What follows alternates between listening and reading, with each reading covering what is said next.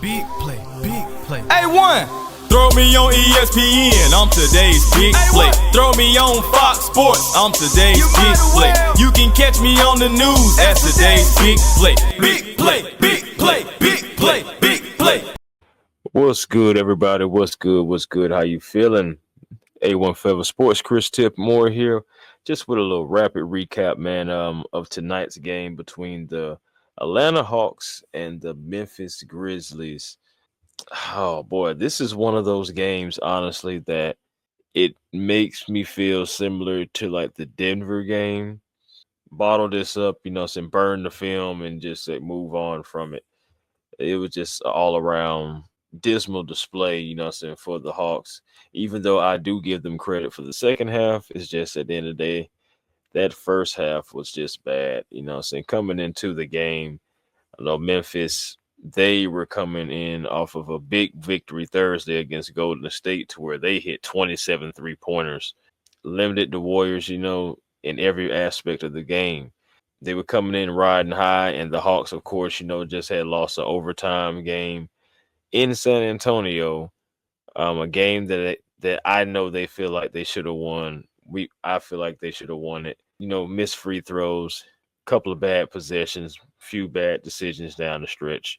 You know how that happens. But at the end of the day, they still showed fight, and they, made it a close game. Had the Spurs on their heels. They just didn't come away with the victory. Tonight, it started off pretty bad for the Hawks. First quarter started off bad, turnovers, and Memphis was able to, run out and hit some shots. Memphis had 8 3-pointers in the first quarter, and that hurt the Hawks. They really did. Even though the Hawks were able at one point in time to claw back into the game, they hit 4 of 6 from 3, and that helped the Hawks, claw back into it. At one point, it was 24-17, but the problem was the Grizzlies, they were able to keep on pounding the Hawks like in the paint.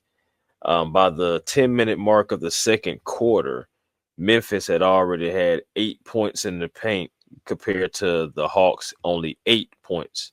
So 18-8 difference. That would be kind of like a theme in this game as that would continue. And Memphis ended up finishing the game with 62 points in the paint to the Hawks 46. And, that's kind of like the Hawks bread and butter, or one of the bread and butters outside of like playing with pace and getting out in transition, would be winning the points in the paint. But it was not to be on this night. They did still win fast break points 16-10. They also came back and won the bench points because at one point in time, the Hawks were getting beat up on from the bench points. But second half, DeAndre Hunter would definitely come alive and like an aid in, the bench points, totals going up. Also, points off turnovers. Well, first of all, turnovers. The Hawks had 25 turnovers tonight. 3 turnovers worse than the previous game against San Antonio, where they had 22 turnovers. So 25 turnovers tonight against the Memphis Grizzlies. You're not going to win the game like that. And the points off turnovers, Memphis Grizzlies, they had 26 to the Hawks 23. Just getting out and running and being able to score those points. It hurt the Atlanta Hawks, man. The Hawks, they really could find little offense. After a minute, you just seen the Hawks, they gave up 43 in the first quarter. Then they were down 52-35 with 6:34 left in the second quarter. Just hard to put the ball in the basket. And out of the timeout from the 6:34 mark, the Jalen Johnson, Dyson Daniels, they would provide a few buckets. But the problem was right then, the turnovers were already starting to rear their ugly heads. By, the Hawks had already turned the ball over 11 times at that point to only 4 by the Memphis Grizzlies. Then you had open shots. It was a lot of open shots in the first half. I know Zachary Ricochet, he got caught a couple of times over helping, and then guys were finding their 3-point shots. DeAndre Hunter, a couple of times, he gave up a couple of 3-point shots. Guys were getting left open. I don't think it was enough communicating. But for the Atlanta Hawks, in that especially in that first half was just real out of sync. Could be due to Trae Young not playing in this particular game, Trae Young was out due to a heel contusion, and you could just see it on his face that he wanted to help the team. He wished he was out there. You could see it. But of course, there was nothing that he could do. And you had to roll with Vit Krejci at the point guard. And he had a tough game all the way around. I mean, I just can't sugarcoat it at all. There was a couple times he missed a couple threes bad. He looked a little lost on defense. A few times he didn't switch when he should have switched. Committing fouls and just wasn't giving you really much of anything really on the offensive or defensive end, to be honest. Veet's got to be better for sure, because he's going to be the backup point guard unless the Hawks were to make a trade or some sort.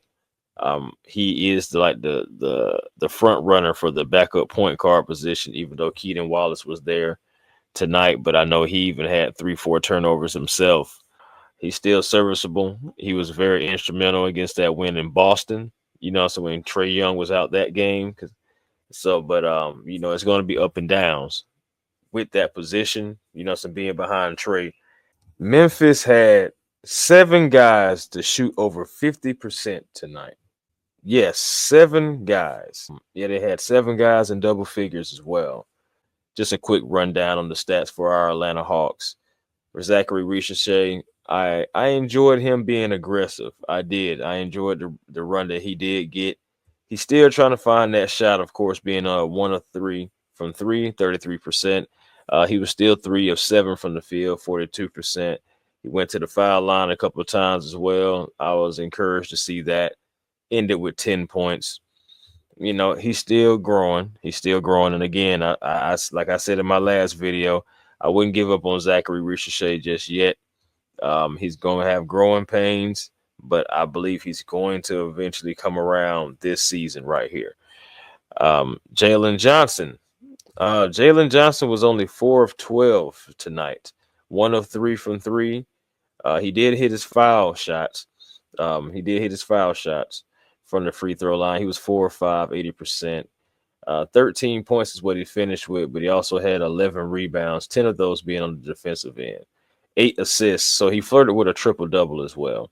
You would like to see a little bit more in the offensive standpoint from Jalen Johnson, but it just was too much tonight. Too much Memphis Grizzlies, too much Triple J and Zach Edey, kind of defending that paint, kind of, keeping JJ out of there and making things tough for him when he would try to come in there, even though he did have a thunderous dunk on Triple J, giving them the point saying, yeah, I got you on that one in the first half. But it was still a tough slating for Jalen Johnson. Clint Capella was 4 for 10. He had 8 points, gave you 8 rebounds.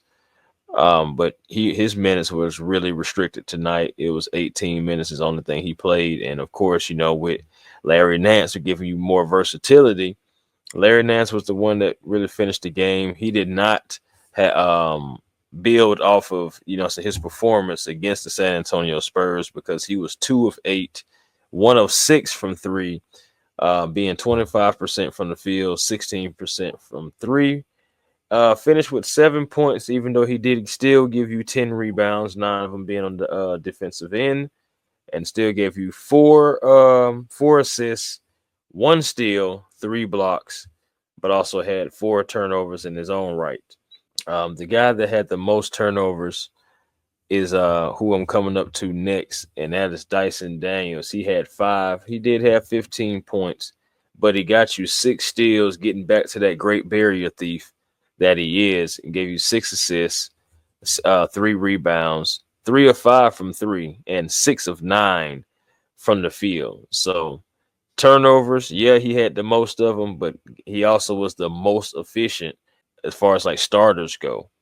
He was the most efficient tonight. He really recovered from that last game that I feel like statistically wise was his worst game of the season. Only 4 rebounds, 4 points last game for Dyson Daniels, but this game kind of like getting back on track a little bit.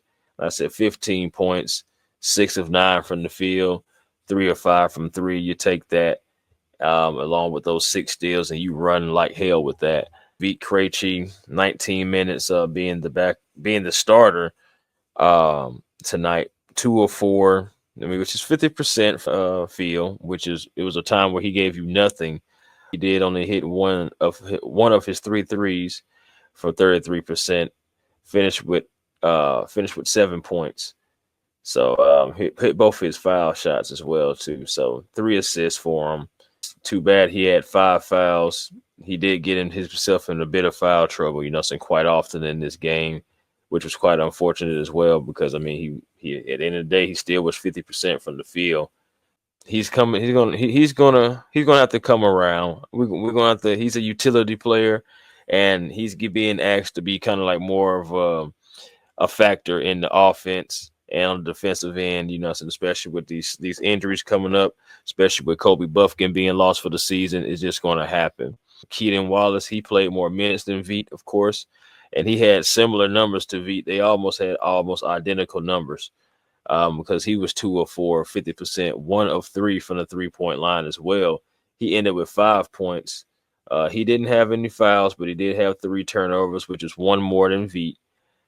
He did have 2 rebounds, and that was pretty much the end of his stat line right there. But as far as offensive production, him and Veet were kind of similar. And between the two guys, they provided you 12 points. DeAndre Hunter, 6th man of the year candidate, keeps going for it. Keeps getting after it. This man was 9 of 14, 64% from the field. Now, he didn't knock down a lot of threes tonight. Only 20% being 1 for 5.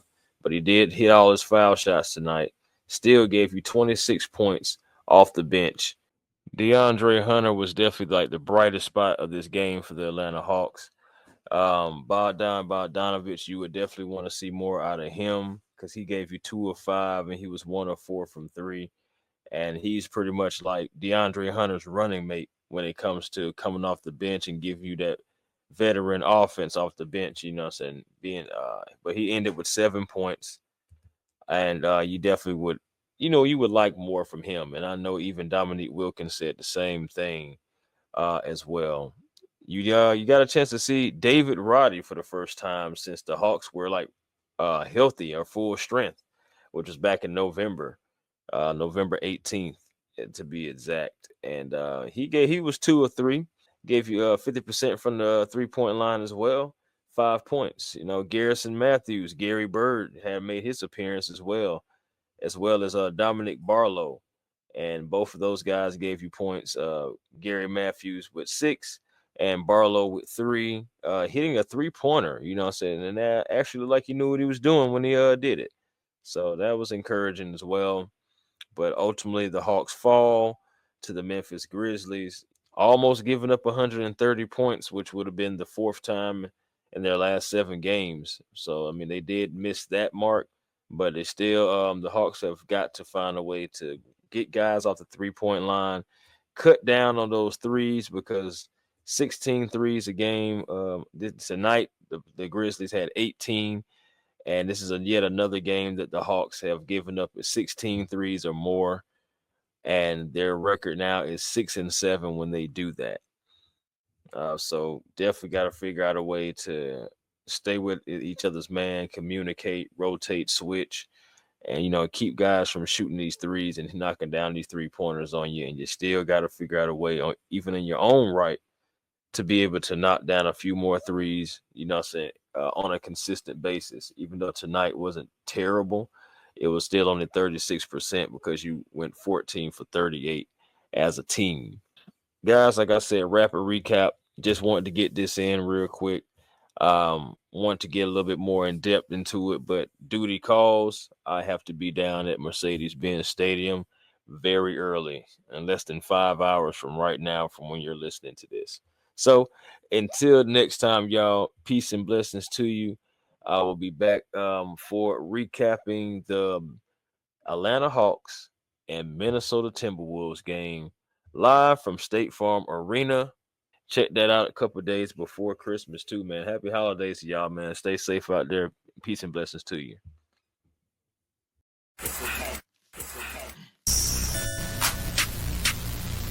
A1.